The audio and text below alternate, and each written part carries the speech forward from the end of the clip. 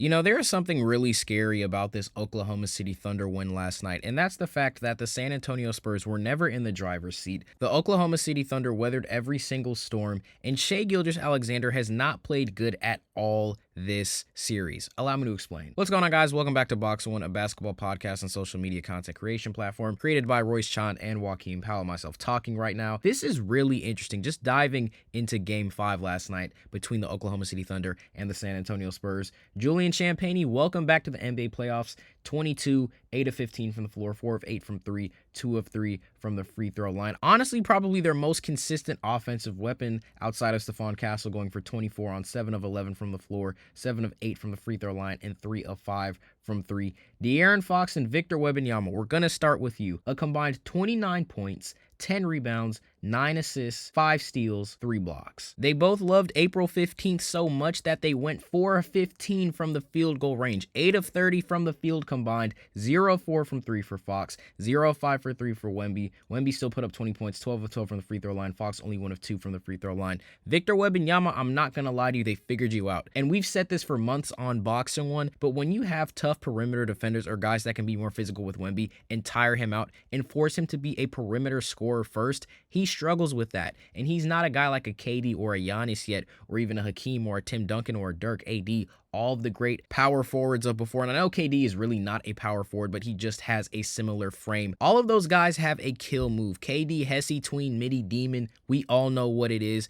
even when the defenders are on him, or he just gets to a spot and he shoots over you. Victor Wembanyama still does not have that unlocked. And even in a season where he was top 5 in MVP voting, unanimous DPOY, Wemby is still very raw offensively. I understand he had the 41-24 game to open this Western Conference Finals, but there's still bad habits from Wemby, right? I mean, there's only so many times you can do the sloppy floater into the miss and expect to get the rebound when guys are now boxing you out. Isaiah Hartenstein, for whatever reason, is a much better defender than Chet Holmgren on Victor Wembanyama, and that's primarily because he has the physicality to actually deal with it. That is something that Chet does not have. Chet is a 7-footer. He's a good defender. He was also a top 5 defender in the league this year, but when we look at the overall impact, Isaiah's a lot bigger than him, and he's stronger than Wemby, and that makes it hard for Wemby. And Wemby can't get the same looks he was getting on Chet because now Isaiah's putting a body there. I understand the refereeing is bad sometimes. I understand Tony Brothers. There was a lot of weird things with the refereeing going on tonight. But that aside, Wemby's getting shut down.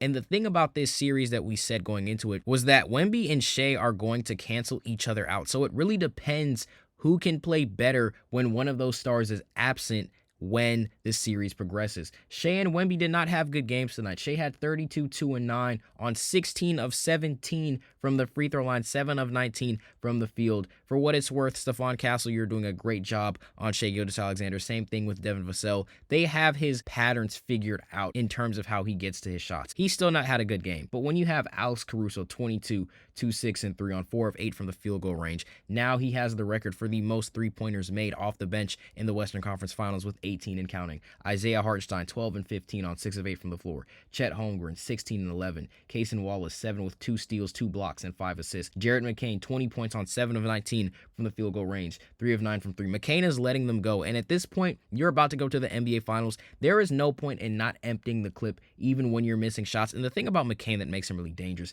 is that his confidence never wavers, no matter how bad it is from 3 or from 2. He's going to pull them because eventually he knows he can make them. The thing I notice about the San Antonio Spurs is sometimes when they're not playing good, they tend to get in their head. Champagnie's a great example of this. He got in his head so much in this series when the shots weren't hitting that some of them were forced. Same thing sometimes I notice with Keldon Johnson, but the thing about Johnson though tonight, 7 of 13, 1 of 4 from 3, but 15 points. He provided a spark. I don't necessarily understand the Spurs still not being able to get into their sets. I understand that the OKC defense is getting better and better, but high screen and roll with Wemby, and then either he's going to roll to the basket and then get the dunk, lob, pass out to somebody in the corner. That's very obvious, and it's been working since game 1. But then there's moments where they can't figure out how to get past Isaiah Hartenstein in the paint. This is a team in the Spurs that your biggest weapon is going downhill. They don't have enough downhill guys to stop you. Even Isaiah Hartenstein got dunked on by Stephon Castle. You have Castle, Fox, and Harper, even Vassell, that can get into the lane, and they're simply not doing that. They're trying to become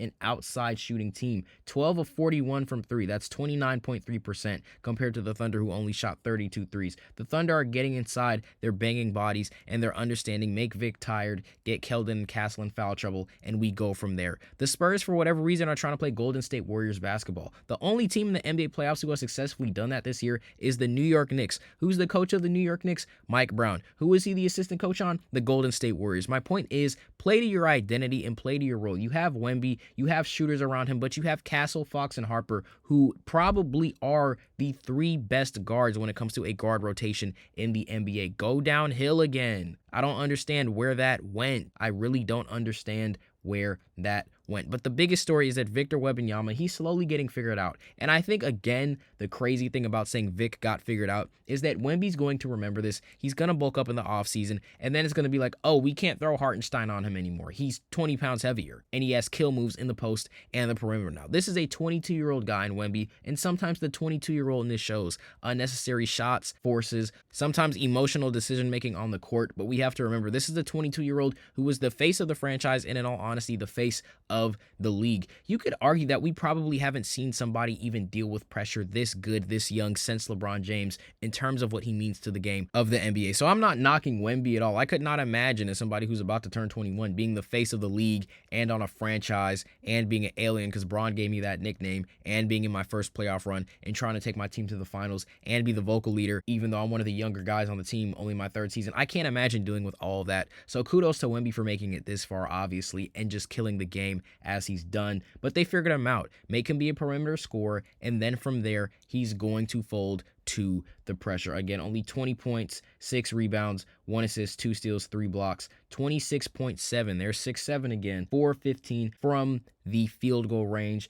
12 of 12, he was still getting to the line, but it's just not enough. It's not enough, and on top of it not being enough, the San Antonio Spurs, De'Aaron Fox, they got you because you're the clutch player of the year, and you're a great second option. 4 of 15, I don't know why you're like, big bro, Wemby so tough, let me do a Wemby tribute in the Western Conference Finals. That's not what this team needs in order to get to the NBA Finals. Stephon Castle, Julian Champagnie, you guys did your job combining for 46 points, 13 rebounds, 7 assists, and 6 steals, but nobody else really did anything. This was the inevitable Devin Vassell stinker. I think Rois called this months ago. 2 of 11 from the field, 2 of 9 from 3. I don't think that happens in game 6 or 7, but again, this was just the worst game in general from the Spurs of the series. Only 37 of 92 from the floor. That's 40.2%. Again, 12 of 41 from 3, 29.3%, and then 87.5% from the line. By far their best stat. 15 turnovers, but again, the Spurs had 15 turnovers. Thunder had 16. They figured out how to minimize the turnovers. The big story, though, was the rebounds. They got out-rebounded by 7 overall, 41 Spurs rebounds to